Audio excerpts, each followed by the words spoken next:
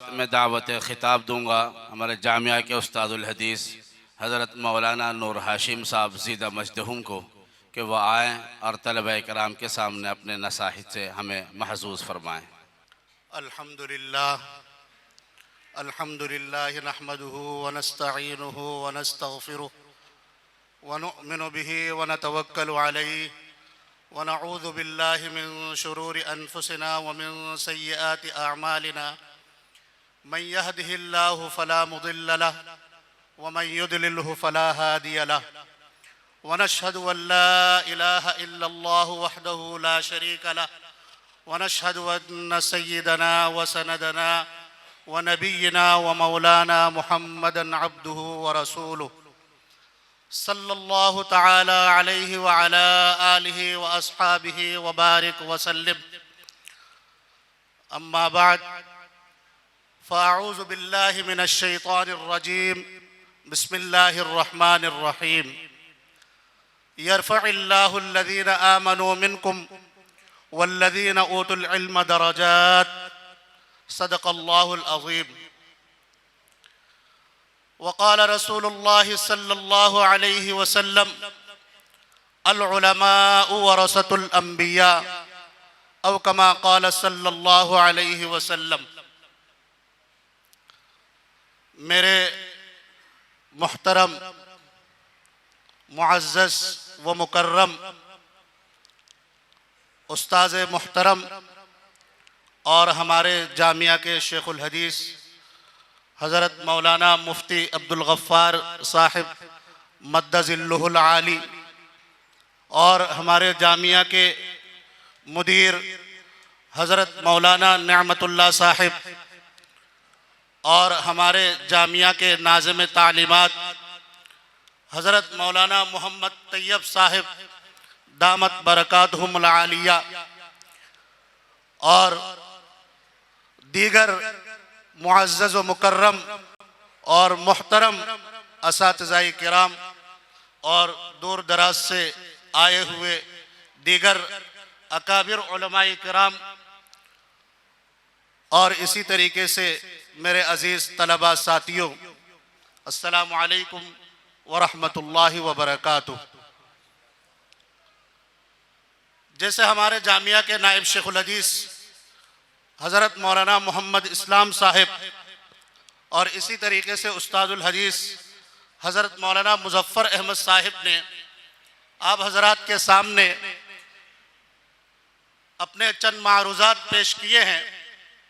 मज़ीद उस पर कुछ कहने की ज़रूरत नहीं, लेकिन बड़ों का हुक्म है, आप हज़रात के सामने हाजिर हुआ हूँ। तो मुहतरम सामिईन, जो बातें मैं आप हज़रात के सामने बयान करने के इरादे से आया हूँ, वो है दीनी मदारिस की अहमियत और दीनी मदारिस की जद्दोजहद और इस सिलसिले में हमारे अकाबिर की कुर्बानियाँ। सामीन मुहतरम और इसी तरीके से मेरे अजीज तलबा साथियों, ये जो आपको आज का प्रोग्राम सजा हुआ नजर आ रहा है, बड़ी सहूलत के साथ, बड़ी आसानी के साथ, बड़ी खुशी के साथ हमें और आपको यहाँ जो आराम और राहत के साथ बैठने का और सुकून के साथ हज़रात उलमाए किराम को सुनने का मौका मिल रहा है, इसके पीछे एक अजीम कुर्बानी है। मेरे साथियों और इसी तरीके से मेरे दोस्तों बुजुर्गों, ये उलमाए खुरासान, ये उलमाए समरकंद व बुखारा और इनकी जो जद्दोजहद है, अगर आप इस पर नजर डालें और इनके बारे में सुने तो अफसोस के सिवा, रोने के सिवा आपको कुछ हासिल नहीं होगा। सामीन मोहतरम, इमाम अहमद बिन हंबल रहिमहुल्लाह का कहना है, मा अखरजत खुरासानो मिस्ल मोहम्मद इब्न इस्माइल अल बुखारी रहमहुल्लाह ताला।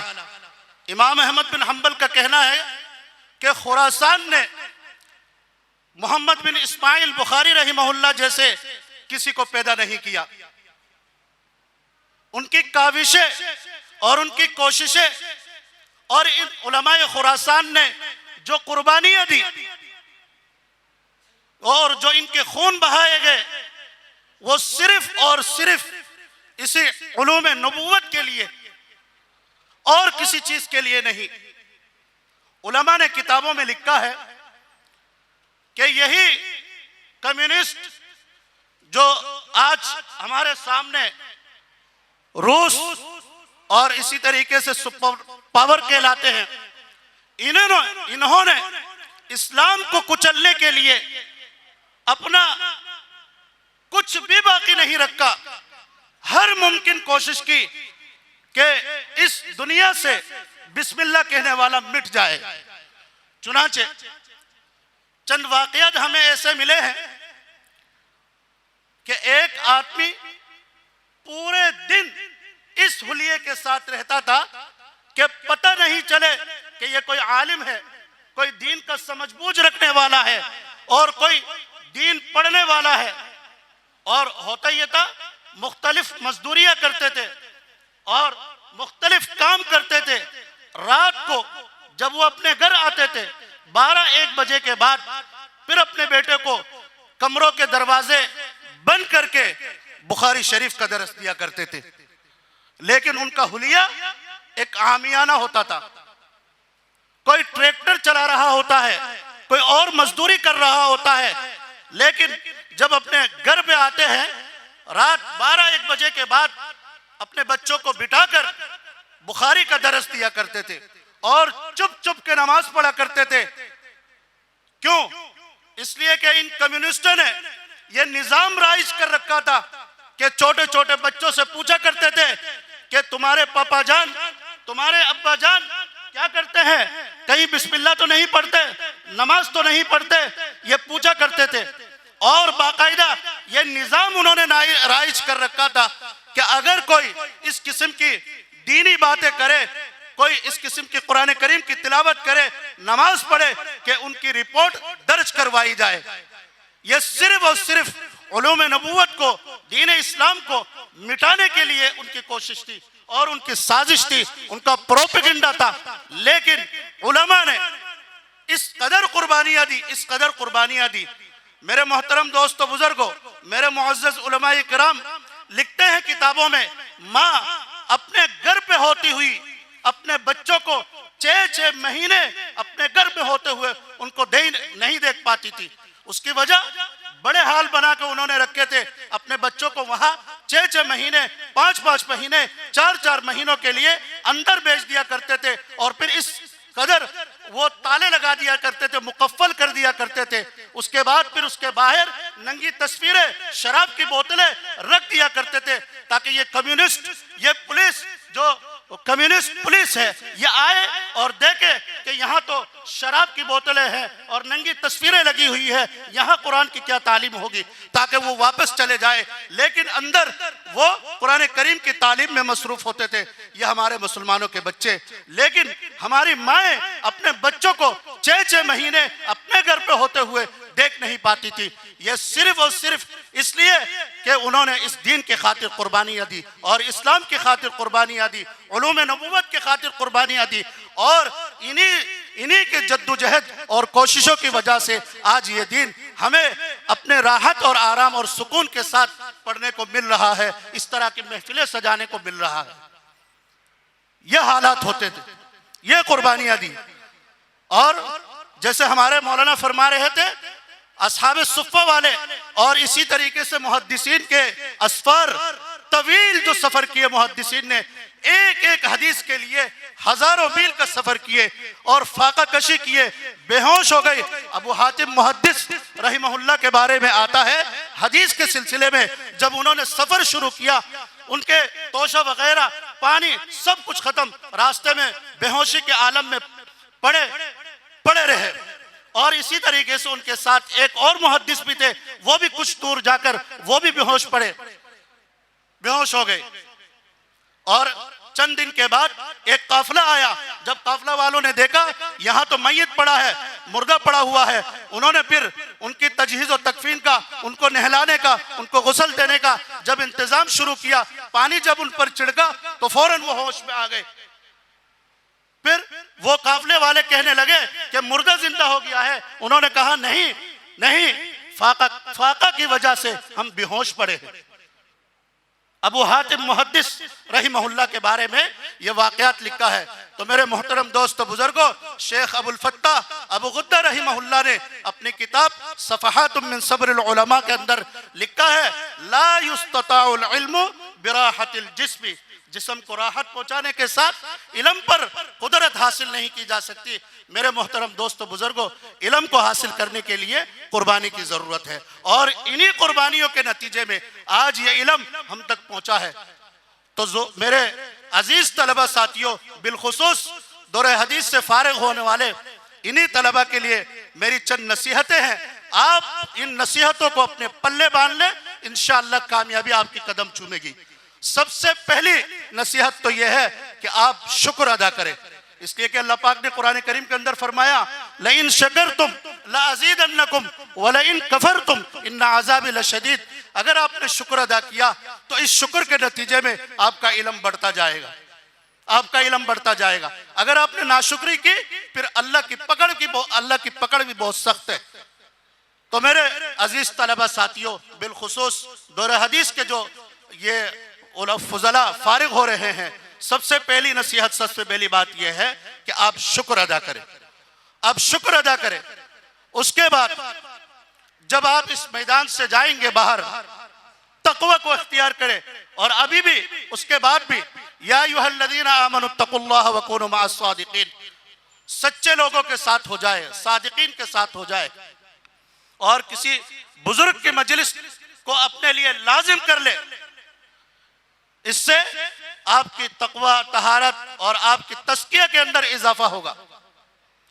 या आप लाजिम कर ले, वरना कामयाबी नहीं मेरे दोस्तों बुजुर्गों। उसके बाद तीसरी बात जो है खशियत इलाही, खौफ खुदा। और वो जैसे को कुरान करीम के अंदर अल्लाह पाक ने फरमाया, इन्नमा यख्शल्लाह मिन इबादिहिल उलमा। कुरान करीम की इस आयत से पता चलता है कि उलमा ही ऐसे हैं जो अल्लाह ताला का खौफ औरों के मुकाबले में ज्यादा रखते हैं। तो मेरे अजीज तलबा साथियों, आपको भी चाहिए कि खशियत, लिल्लाहियत और खौफ खुदा इस कदर आपके अंदर होना चाहिए कि कदम कदम पे आप सोचे कहीं हम बेराह रवी के शिकार तो नहीं हो रहे हैं। खौफ खुदा किस कदर हमारे दिल में है, आप अपना जायजा लें, टटोले अपने आप को, किस कदर हमारे अंदर खौफ खुदा है। और चौथी नसीहत वो ये है, जैसा कि रसूलुल्लाह सल्लल्लाहु अलैहि वसल्लम ने फरमाया, मन तवाज़ा लिल्लाह रफ़अहुल्लाह। तवाज़ु इख्तियार करे, तवाज़ु इख्तियार करे। इल्म की खासियत तरफ़्फ़ु, इल्म जब आता है तो बुलंदी को चाहता है, नुखुव्वत भी आ जाती है। इल्म आने के साथ साथ कि मैं बड़ा माहिर फन हूँ, लेकिन उसको दबाने के लिए मेरे मोहतरम दोस्तों बुजुर्गों, इल्म शैतान के पास भी था, लेकिन किस कदर जलील हुआ और अब तक जलील हो रहा है, और इंशाअल्लाहुल अजीज क़यामत तक जलील होगा। तो सिर्फ मेरा इल्म किसी काम के नहीं है, इल्म के साथ साथ अगर आपने तवाज़ु को इख्तियार किया तो ये कामयाबी है। इसलिए कि हमारे बुजुर्गों ने बाज मजालिस के अंदर बयान किया कि दीन का खुलासा दो चीजें हैं, एक तवाज़ु, दूसरा इत्तिबाए रसूल, नबी करीम सल्लल्लाहु अलैहि वसल्लम की इत्तिबा। तो चौथी नसीहत और चौथी बात यह है कि आप तवाज़ु इख्तियार करें, जैसा कि रसूलुल्लाह सल्लल्लाहु अलैहि वसल्लम ने फरमाया, मन तवाज़ा लिल्लाहि रफ़अहुल्लाह। और आखिरी नसीहत और आखिरी बात वो ये है कि हर हाल में इत्तिबाए सुन्नत की कोशिश करें, नबी करीम सल्लल्लाहु अलैहि वसल्लम की सुन्नतों पर अमल करने की कोशिश करें। मेरे मोहतरम सामिईन और इसी तरीके से मेरे अजीज तलबा साथियों, ये आज जो आप बड़े बड़े असातिज़ाए हदीस और बड़े बड़े शेखुल हदीस, बड़े बड़े मुहद्दिसीन जो आपको नजर आ रहे हैं, आपको मालूम है इनकी मेहनत, और इनकी कोशिशें, आप क्या समझ रहे हैं? क्या ये आम सादा सी जिंदगी गुजारने वाले लोग हैं? नहीं, इनके मुस्तहब्बात भी नहीं छूटते और सुन्नतों पर इस कदर इनका अमल होता है जिसका मेरे पास तो वो अल्फाज भी नहीं है। जितने बड़े मुहद्दिस आपको नजर आएंगे, आप देखेंगे वो मुस्तहबात को भी नहीं छोड़ते, सुन्नतों को भी नहीं छोड़ते। लेकिन दुख और तकलीफ की बात यह होती है कि हमारे उलमा, बिलखुसूस हमारे तलबा, जब फारिग होके जाते हैं इन चीज़ों का एहतमाम नहीं करते, सुन्नतों का एहतमाम नहीं करते, मुस्तहबात का एहतमाम नहीं करते, दुआओं का एहतमाम नहीं करते और रोज़मर्रा की शब व रोज़ की जो ज़िंदगी हम गुजारते हैं नबी करीम सल्लल्लाहु अलैहि वसल्लम की सरासर सुन्नत के खिलाफ होता है। तो अहादीस की बरकत, समरात, अनवारात कैसे हमें हासिल होगी? हम तो इन चीज़ों को पीछे छोड़े हुए हैं। तो मेरी गुजारिश है आप हजरात से और इसी तरीके से पूरे मजमा से और ख़ुद में अपने आप से भी कि मुझे भी और आप सब हजरात को नबी करीम सल्लल्लाहु अलैहि वसल्लम की सुन्नतों पर अमल करने की तौफीक अता फरमाए। व आखिर दवाना अनिल हम्दुलिल्लाहि रब्बिल आलमीन।